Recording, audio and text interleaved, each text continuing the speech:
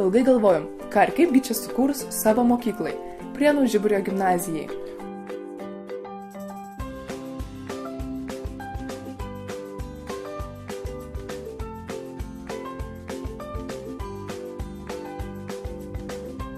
Mūsų komanda turėjo kelias idėjas.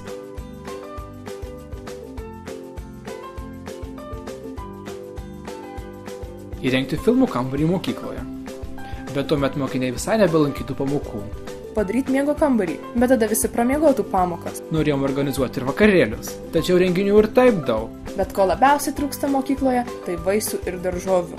Nes tie, kurie valgo vaisius ir daržovės, yra gražūs, protingi ir laimingi.